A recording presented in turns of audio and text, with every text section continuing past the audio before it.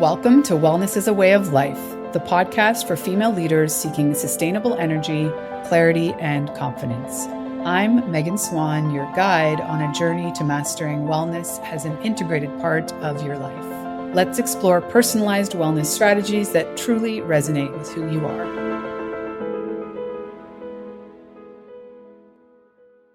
Welcome back to the podcast. So excited to have you here again. Let's give you a little intro so everyone knows how incredible you are. Karolina is an alcohol-free empowerment coach who helps intuitive women like myself ditch alcohol and discover their greater purpose. She's worked with thousands of clients through her programs that change their drinking habit and unleash a new level of health, happiness, and drive to go after their biggest dreams. It's kind of what we're going to focus on today in this conversation. Her best-selling book, she came on right when she released it. I think it was about a year ago now. Anyway, Euphoric. You need to pick it up. It's beautiful. Subtitle is Ditch Alcohol and Gain a Happy and More Confident You. HarperCollins, available everywhere. And she's been featured everywhere. Karolina is also certifying new coaches with her new ICF approved Empowered AF 5-times coach certification program, which I completed now, the certification process. She's passionate about helping you discover what really makes you happy outside of a beverage and design an embodied alcohol-free life. You can find her everywhere, Euphoric AF. Welcome. So happy that you're back. This is the third interview, right? It is. Thank you so much for welcoming me back on your show, Megan. I always have such a good time here. I can't wait to chat with you today. Well, we'll link up all the show notes. So the first conversation that we had was really around your whole journey to discovering life without alcohol. And then we really focused the second one on the book, and you gave us lots of really juicy tips on, if you even have it in your mind at any point to write a book, how you get started and sort of what to think about there and your journey there. So I'd love to know this time, tell us more about the process that you went through in realizing, okay, well, I have created all these incredible offers for women to shift out of alcohol and find community. But as you and I know, after several years without alcohol, you have all this new energy and drive and sense of purpose and deeper meaning in life. And where do you go from there? So for you, when was that in your alcohol-free journey? Yeah, well, definitely right from the get-go, I wanted to really recognize that I went through specific challenges and lessons and experiences, because I was meant to share those back with someone that was standing a few steps behind me and hadn't gone through that yet or is going through that. But when you go through things alone, it takes so much more time, so much more effort, and so much more of that mental energy to go through. And so I really started to find purpose in my own story and my own kind of challenges to be like, hey, I went through this so I could share this with other people. And, obviously I started my business and then wrote the book and started helping a lot of people to do that. But something that I noticed, Megan, was this trend that kept coming up is that as women, we're not only letting go of something that doesn't serve them, when we think of drinking and alcohol, it's something we often pick up when we're teenagers or young adults. And it kind of matches into this lifestyle we have then when we're maybe partying harder or we're a little insecure or, we are using it to be more confident. And we keep getting older and more mature and more emotionally evolved. And we still cling to this crutch that isn't really serving us become the next level version of ourselves, right? And so as I'm helping all these people renegotiate their relationship with alcohol and become that next level version of myself, I can't help but see how many people this journey unleashes this entrepreneurial spark.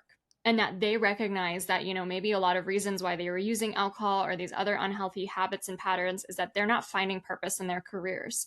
And it's really typical when we're kind of geared as a society to find the most logical, practical, kind of safe, good on paper type careers. And then we're not finding that sense of meaning or purpose or fulfillment from it. So as I'm working with all these women and a few men that are just incredible, I keep seeing this happen over and over again. They ditch alcohol and all of a sudden they want to launch their own businesses. They want to give back. They want to share their stories in meaningful ways, whether it's writing books or, becoming coaches themselves or other type of businesses that are of service to, the humanity and to the world. And so many people would pick my brain like, well, how did you become a coach? Or how did you learn all these modalities? Or how did you form this company? And kind of behind the scenes for a really long time, I was actually helping people do that. I was still on the forefront, kind of just telling people, hey, I'm a coach that, can help you ditch alcohol. But on the back end, I was spending actually a good percentage, maybe even 80% of my time helping really incredible women who've already gone through the journey of ditching alcohol, or who've already gone through the like health changing journey to launch and grow incredible businesses and become, really thought leaders in their field. And so many people were asking me as well, like, well, like, are you ever going to do a certification program? And it was so fun. Again, Money Megan, when I was asked that question, I was always like, me? Like, who, me? Like, don't you have to be like this formal school or this formal company to be able to do that? But I think the universe just wouldn't let go of that question and kept getting asked that by certain people. And then I started to be like, well, why not me? Right. And I started kind of just looking into it. Like, what would it take to get qualified to do that? And I started just chipping away the same way I wrote my book. A lot of people think it's super daunting to write a book and get published by HarperCollins. Well, it's just a process you follow. You follow step 1 and step 2 and step 3. And I did the same thing with my certification and started learning, the best tools and the ones I've been applying for so long. And so now not only do I help women obviously ditch that alcohol, but for those who feel called to then step into the role of coaching and thought leadership themselves, we have this 5X certification program that you just finished that helps them do that. And then we have business training on the tail end as well, so that we can actually grow and launch these incredible heart-centered, female-led companies that are literally going to change the world. And I see it as like, have you ever heard that saying from the Dalai Lama, who's like, Western women are going to change the world? I actually think it's more specific. I actually think it's alcohol-free women are going to change the world, because the level of consciousness, the level of heart and empathy, but then also the level of power and confidence that we step into and courage that we step into when we go on that journey, it literally makes it so that like not standing back and not giving back to the planet and not like helping the world in some way almost becomes impossible from like a soul level.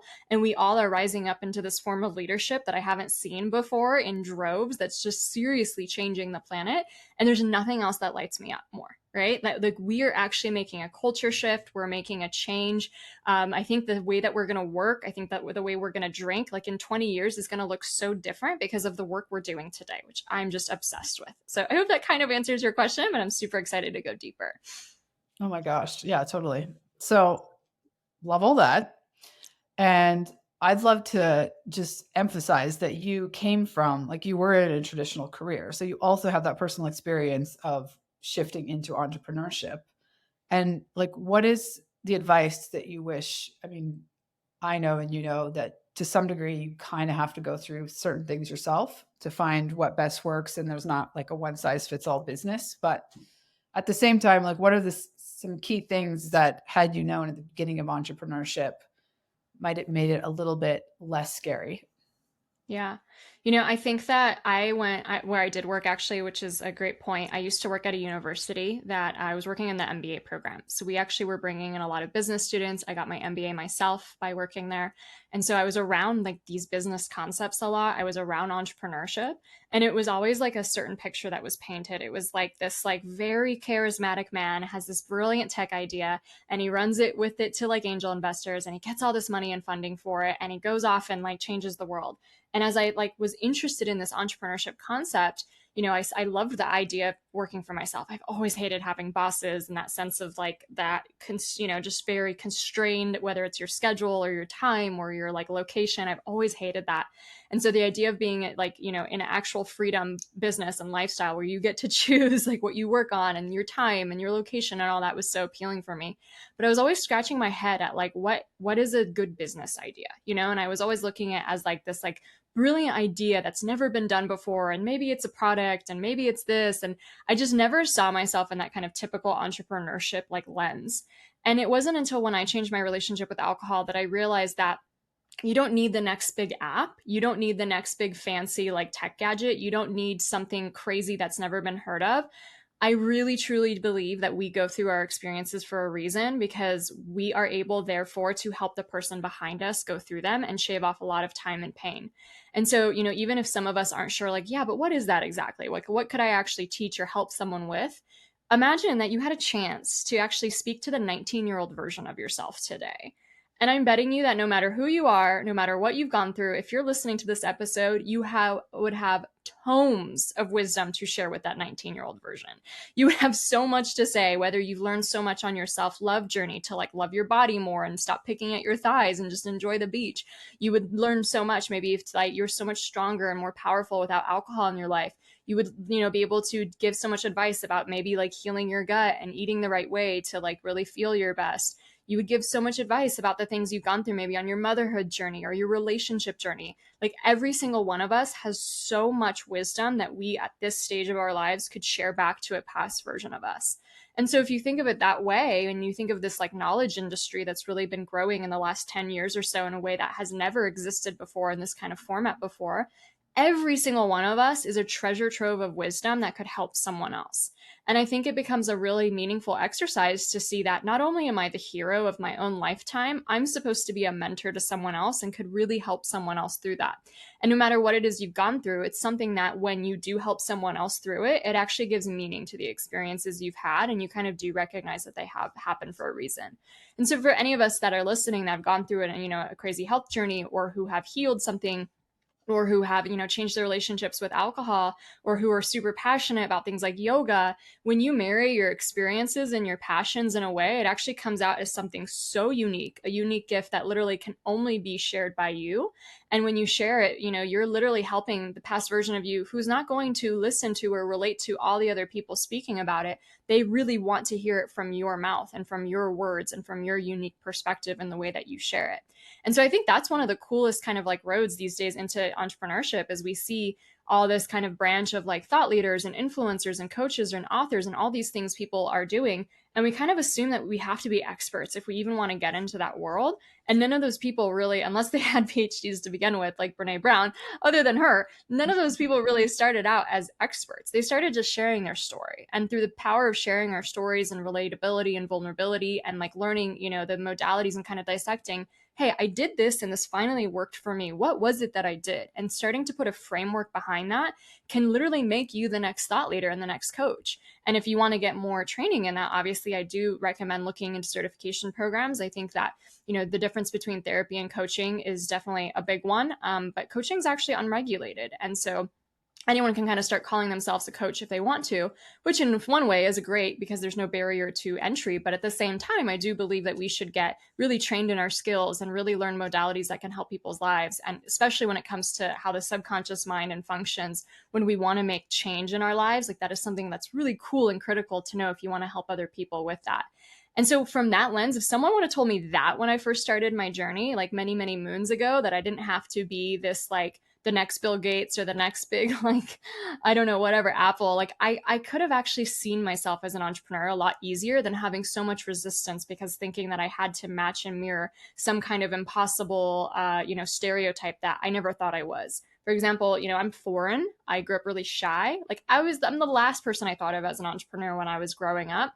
And yet I've launched and grown a company that not only, is the breadwinner of my household. My husband retired and now works for the company. We've made well over $1 million in revenue. We travel the world. My book is in bookshelves. I'm hosting retreats around the world. Like I am literally living the dreams I had when I was once sitting in a cubicle, feeling jealous of other people having these kind of lives. And if it's just knowing that your unique experiences and gifts can literally be such a godsend to someone else who needs it the most, is what you could form a business around. I think we would literally change the world as our consciousness is like something that we're sharing and raising the vibration of everybody else and helping other people as kind of our main form of work. Obviously, you have to feel a calling for it. I'm not saying everyone stop what you're doing and get on this train, but I think when you're called, right? Yeah. So I'd love if you could, similar to how you broke down and gave us some breadcrumbs in the process of writing a book, how did you go about getting certified to create a program that's certified? And can you parse out some of the organizations that your program are certified by and what that means? Yeah, absolutely. And so I had this like method where not only do you help people change their relationship with alcohol, but so many people that I worked with, like literally almost everybody in the heyday back when I first started, did something really cool, like something really, really epic. Like they either wrote a book or they launched a business, they grew like into the next level of their business. They started doing photography classes and doing some like side hustle with that. I have a client who like moved to France and picked up her whole family just to have this like French adventure. And then she wrote a memoir about that. Just really epic stuff. And so when I recognized that like there was a lot of methodologies that were teaching people, actually there's not a lot. There's really not a lot of different certifications out there to help someone go alcohol free. There's literally like 5 maybe that we're talking about. And a lot of them are more recovery or more 12-step based. And so that wasn't my story.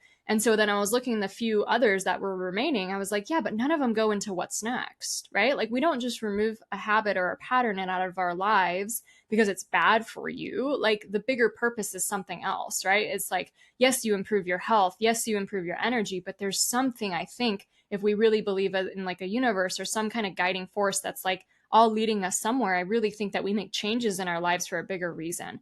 And that bigger reason is something that's really beautiful to explore. And that's what I spend a lot of my coaching on. And so I wanted to develop a certification program that not only gave you the alcohol free designation, where you could help someone change literally their desires to drink alcohol, which is booming today, right? Sober curiosity, that movement is so huge. There's so many people talking about, either the dangers of alcohol or the benefits of living alcohol free.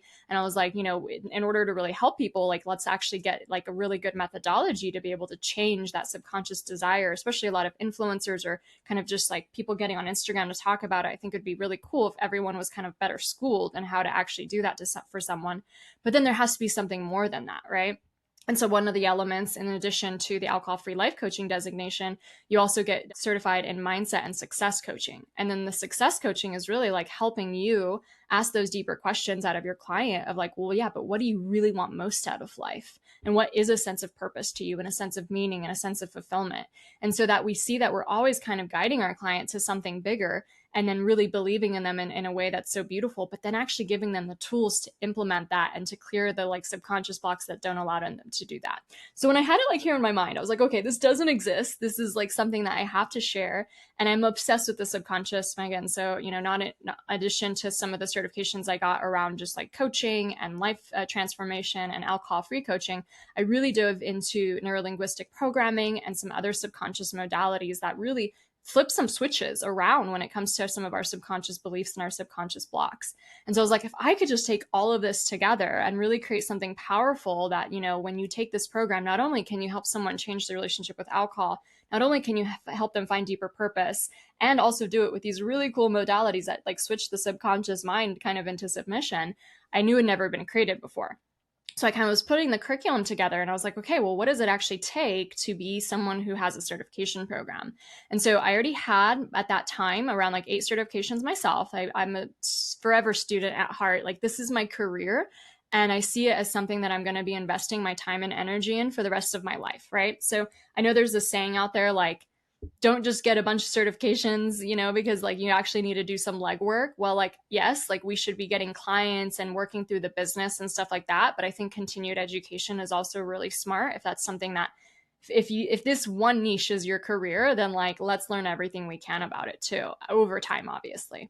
And so then I had those. And then I was like, well, what does it take to actually be a trainer, like a coach trainer? And so right at the same time, I got like an email in my inbox from one of the organizations I'm part of. And it was like, here's how to get certified as a coach trainer and actually have these credentials behind your name as well. And so I learned a little bit more about how to put together like coaching frameworks and methodologies and the efficacy of learning and things like that, like kind of really how you run a school.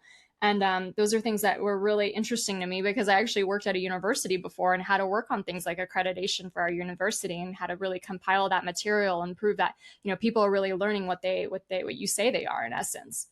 So I learned all of that stuff.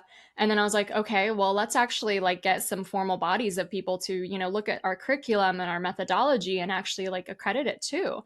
And that felt really daunting at first because I was like, oh, I'm not like this big name school or something. I'm not Harvard. I don't know how this works.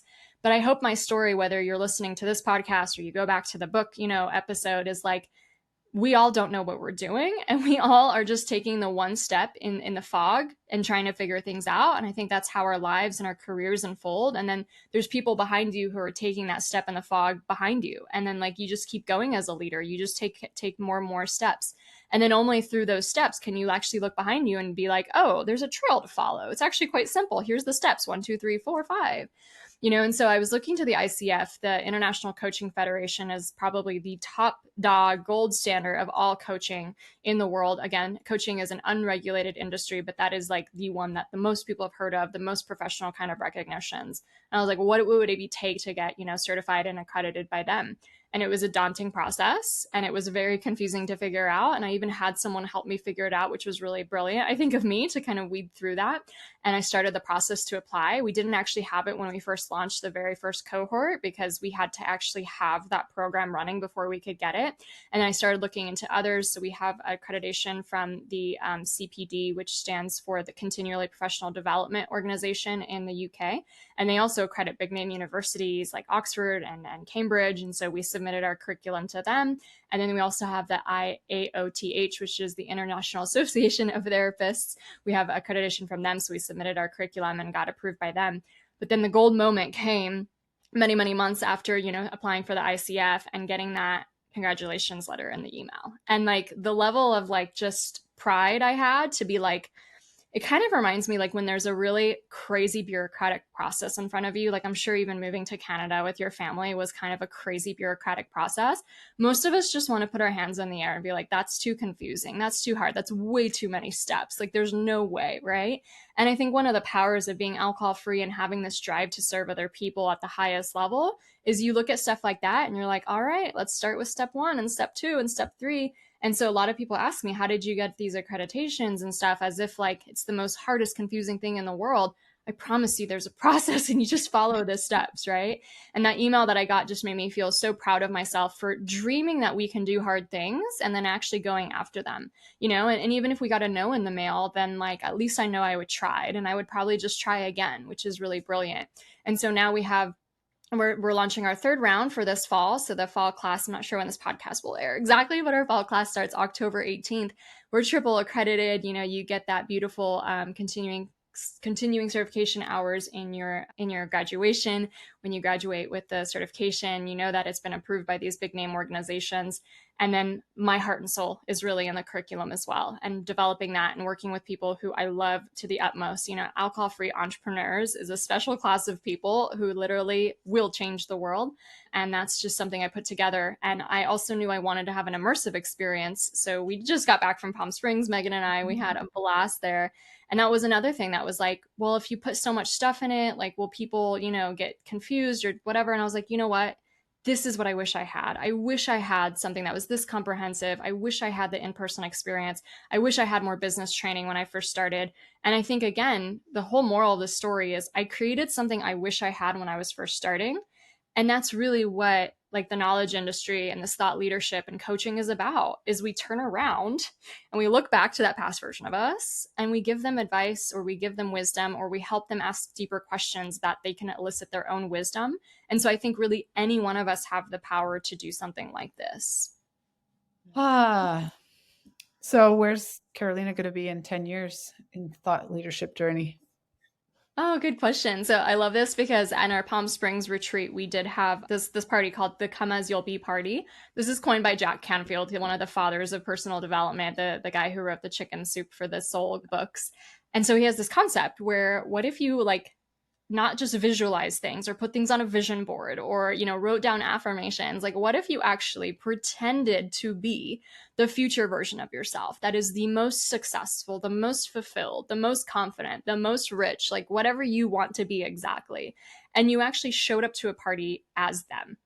You have to talk in character, you have to dress and talk and like embody them completely. You can bring like fun props. And so we did this in Palm Springs, which was incredible, amazing. The outfits were so on fleek, just so fun. And then, like people were best-selling authors and retreat hosts and worked with top name doctors. And so when I had to imagine myself, I imagined myself definitely. My second book is a New York Times bestseller that's catapulted me to stages with Tony Robbins and Ed Milet and Brendan Burchard and Mel Robbins, all those kinds of people.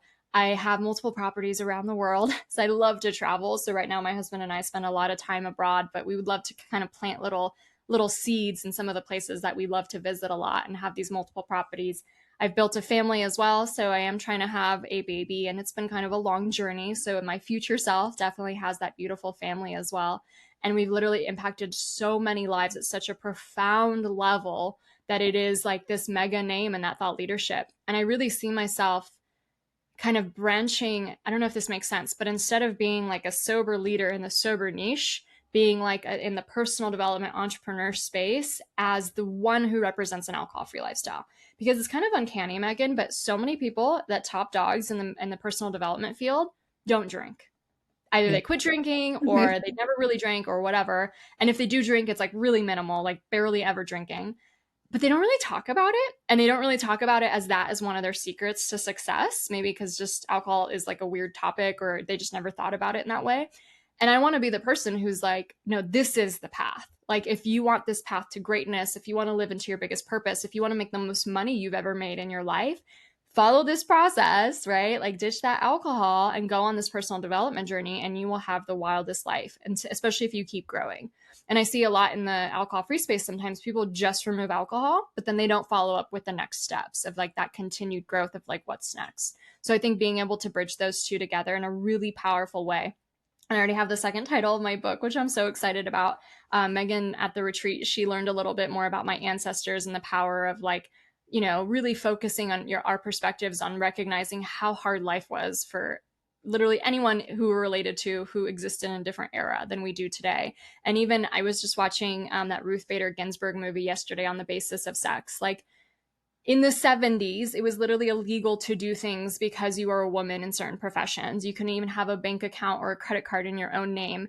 And, I was only born like a decade after that. Megan, you were probably like, like, right, just born too then, or in that time or a little later as well. Like, it's actually fascinating to kind of remember how far we've come in such a short time from like literally surviving wars and famines and not having the right to vote and all this crazy stuff that our ancestors went through, or, unmedicated childbirth, all the things. And today, I think sometimes we forget. We forget that we have things at our fingertips in ways, the gatekeepers of the past are kind of gone. There's so many ways that with just a phone and just an internet connection, like we can literally produce a movie or write the next great American novel or, reach millions of people in a life-changing way. And I think we all have that big purpose to play. I think we all are meant to share back and live into that. And when you have that kind of reminder of like that our ancestors potentially suffered for our benefit so that we could arrive in this era to actually change the consciousness of humanity, I think it leaves you with just this really deep why, which is all about my second book is going to be about. And I just, my parents and my family have suffered a lot of hardships that I'm going to go into detail in that book. But I just see that 10-year future version of me, like that book has impacted so many people's lives. And then it's really easy to point back to my first book and be like, okay, well, step one is to change your relationship with alcohol, to really awaken to your purpose and your potential, and just, really beautifully being one of the top leaders in that personal development space, representing the alcohol free lifestyle. I definitely also want to enjoy this life. Like, I know this not maybe seems like a goal or a milestone, but just like, how can I live in joy? How can I live with so much gratitude and so much thankfulness and just so much appreciation for every little moment? Because, like in 100 years, I'll be dead, you'll be dead, and like it all will just go by so quickly. And I just want to be the type of person who really relishes like every moment of her life. And that even when I'm going through something really hard or painful, I still remember how grateful I am to be in this position and how joyful it is to even be alive and have the cuddle of a puppy and have like the warmth of your, partner's hug and just things like that. So those are some of my personal goals in the next 10 years. And you have the most adorable puppy, the mascot of the retreat. Well, I love all that. So you touched on how sober curiosity is exploding. I think we both agree female entrepreneurship also. I'd love just your opinion or your optimism on why these things are exploding as they are. Like, what's shifting maybe on a deeper level? Yeah. I mean, something's shifting, right? And I don't know exactly what to call it or what it is, and I can guess and share some things about what I guess it is, but like we're no longer putting up with life and then just using alcohol to deal with it, right? I think there's like this actual change in agency to be like, oh, I actually have the power to control my life. And maybe a few lucky people were able to come to that recognition and that realization like in other centuries, but it was really freaking hard where we live in an era where it's actually a lot easier for us. And so, like with the with work, so many of us were kind of conditioned and grown into like, well, major in the thing that looks good and then get the job at the office that looks good on paper and your parents will be proud. And we wake up like 30 years later being like, where did my life go? And do I really even care about this? And why am I drinking too much in the evenings to get by? And kind of recognizing that this isn't the way it has to go, right? And so not only is I think the sober curiosity movement like of even just like why are we all been duped into drinking, like drinking our lifespans away, like increasing chronic diseases and risks, like literally just feeling blah in the daily. Why have we all been duped into doing that? And so that sober curiosity movement is kind of like, oh, we don't have to drink, and I think it's a really powerful awakening, both socially, but also, the process to change your relationship with alcohol isn't necessarily easy, but it is a process. You just follow step 1, 2, 3, right?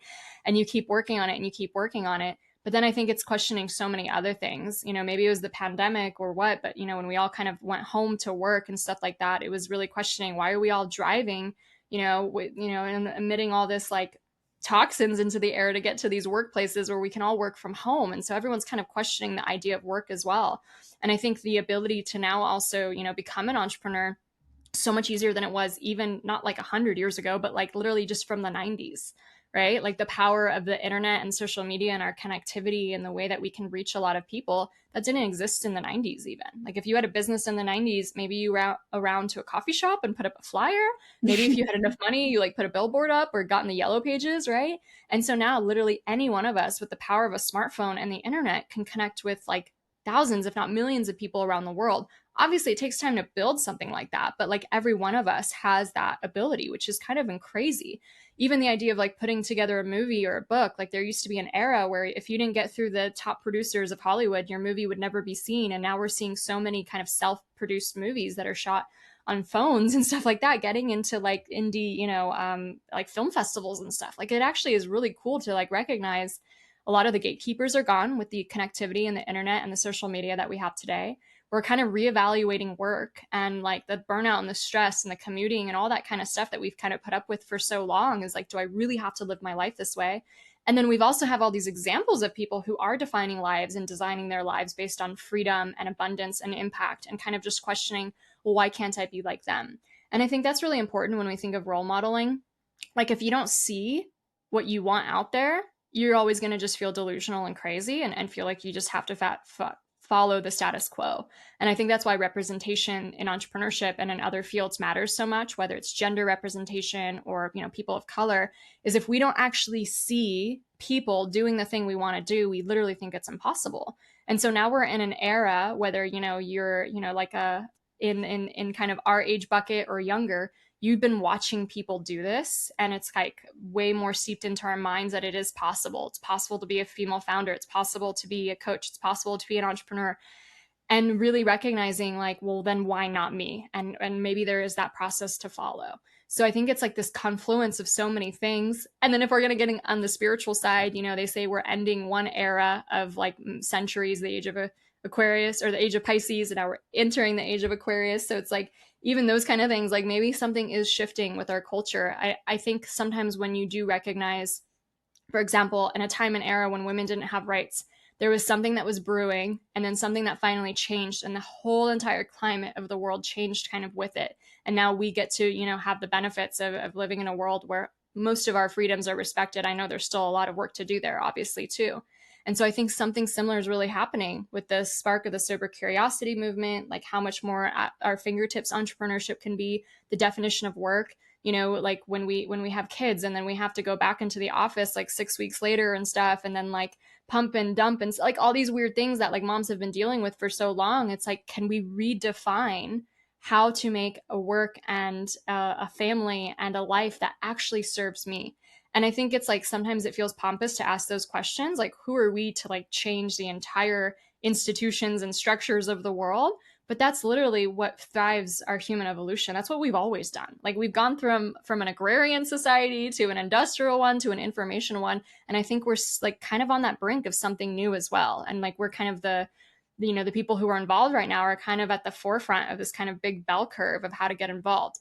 And if you're listening to this, you're not too late, right? If you're like awake to the idea of really following your purpose and you've reevaluated alcohol, you've gone on this crazy health journey and you've really healed and changed, you're part of it too, right? And whether you want to share it more publicly or more privately, you're making a change, just being a role model for that.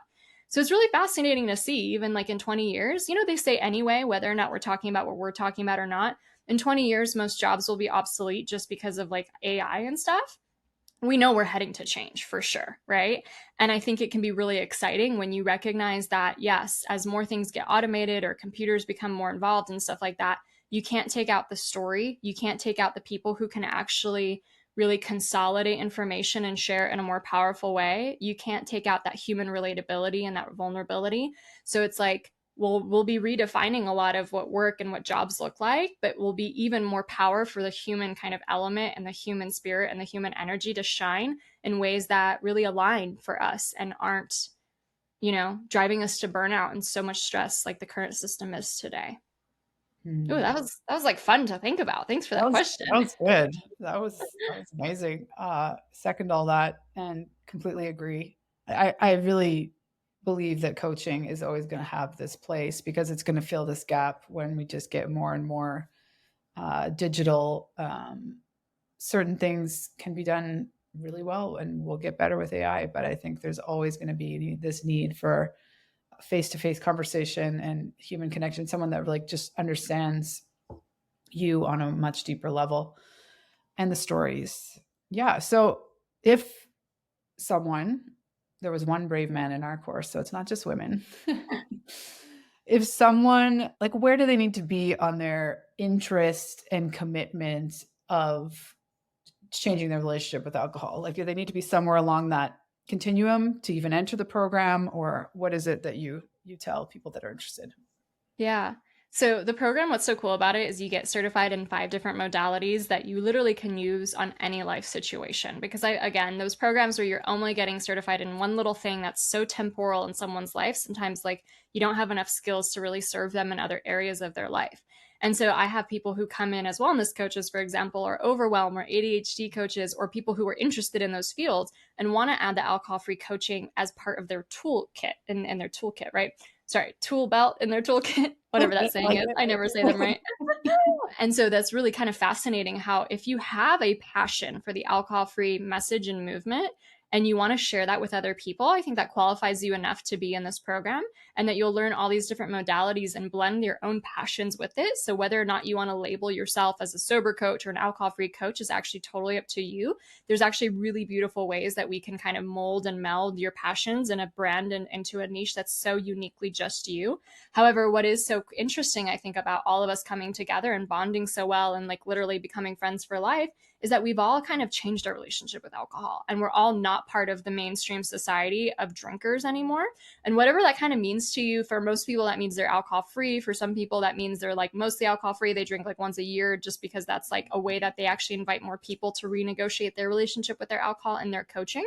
So it's kind of like there's not like that strict definition, like, oh my God, if you haven't been sober for 5 years, you're not allowed in our club, right? But if you're standing behind the alcohol free message and movement and you really believe it has a lot of power to change people's lives and you're passionate about that, we would definitely want you in this program. And like I said, there's really unique ways to kind of massage it and blend it in to the other things that you're passionate about. And or if you want to be the next sober thought leader, like, let's go. We've had so many thought leaders, yourself included, and some really big names in the sober industry that have gone through this program. Because I don't know all the certification programs obviously out there in the world. There's, I'm sure, a ton. But when it comes to the alcohol-free life ones, I have looked into a lot of those. I've taken some myself as well. Like, I designed this to be, I'm not going to say the best, but it's like, it's just so much what vibes with me, was so much what I wish I had and wish I, experienced, especially like really getting to meet people in a live interaction and a live weekend event is just so special to me, and really like solidifies the kind of network that you're in. And I think a lot of times when we talk about entrepreneurship or we talk about, you know, even just like how you up level in your career, we kind of talk about the power of network. And to me, that used to seem like such a stuffy idea. Like, oh, I have to go to these like networking events and be really fake and like meet all these people I'll never see again. And I just don't want to do that. Like, that seems so lame. But like, I think there's something really special when you come together with people who really care about the same things you care about and you form real, genuine relationships with them. And it's going to be really cool to see even in this class. But as time goes on, like how many podcast collaborations come from it, how many different opportunities. When an incredibly empowered woman is in a room of opportunities, she shares your name, right? And I think that's been so cool by our connection too, Megan. And I love supporting you in any way I can. Please let me know. But then vice versa, you've done so much for me in that way too, is like, that is the power of network, you know? And I think it's really redefining that stuffy networking event, you know, 5 minutes to a table kind of idea.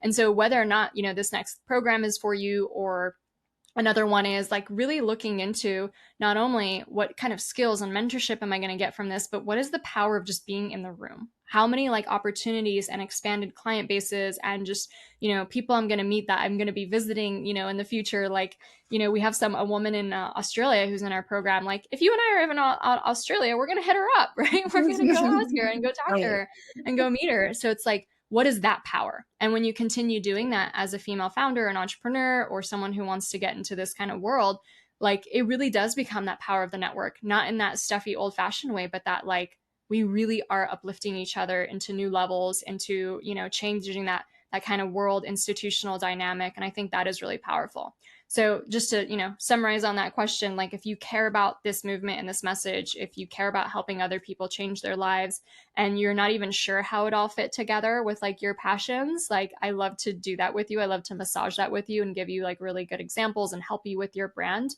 But I think that's a really good starting point to recognize that, you know, alcohol is a culture that we've all been literally duped into behaving with, embarking with ever since we were really, really young. And there's such a huge tide that's changing both for our health journeys, both for our productivity, for our energy levels, for our drive and ambitions, where there's this huge culture forming saying, like, we don't have to be part of that. Whether it's people who are finally sick of it and want to, like, you know, ditch that drink, or people who are just not buying into it from the get go and the Gen Z generation and stuff like that. And I think that's really, really powerful. And if you want to be part of that movement, then, you know, actually having those skills and that kind of training and the backing behind you is going to not only help you in that area, but it also is going to make you feel more confident that you actually deserve to have a seat at the table as well, which I think is really beautiful because we need more women in this movement and we need more people at the table. Such a high note.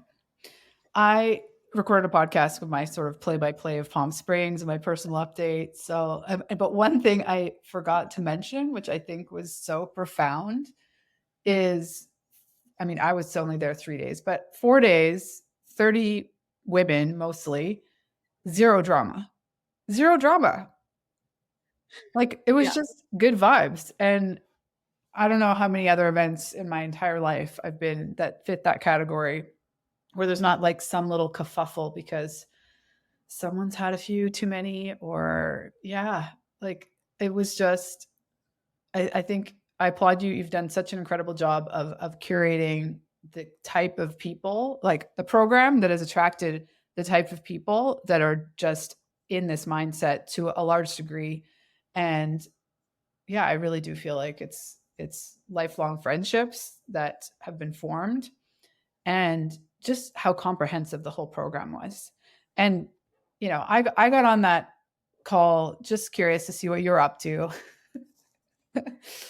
And then I was like, damn it, all of these certifications sound amazing. All right, I'm in. And yeah, it hasn't disappointed at all. So Yeah. we'll share all of the ways that people can connect with you, and I will stay tuned for the title of your upcoming book. And yeah, any sort of last bits of wisdom you want to leave us with? Oh, well, such a joy, Megan, and to see and watch like how you've been expanding and how much you've, you know, helped the people that you're helping. And I think that's what's really cool too, is that even as we're in the trenches of sharing our gifts with the world, you know, like sometimes people come into this and they really see it in like a really short-sighted way. Like, oh, I'm gonna quit my job really quickly and then I'm making a lot of money here.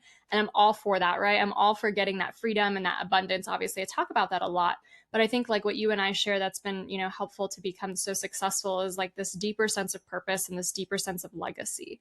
And that like we're not just in it for this year to see what happens. Like we've been in it for years and years. And this is literally our career, right? We've been doing this as our career, and it's this legacy that we're building and building and building. And I think when you kind of come into it with that perspective also, and recognizing that like, I myself right now I'm in a certification program because why not? I'm a coach for life, and this is what I'm going to be doing for the rest of my life. Like I want to be the best at it I can be, so whether you're a little bit more seasoned listening to this, I think that's such a great example to see like, is there something else to learn here that could really help me up level my skills or even my branding or my messaging?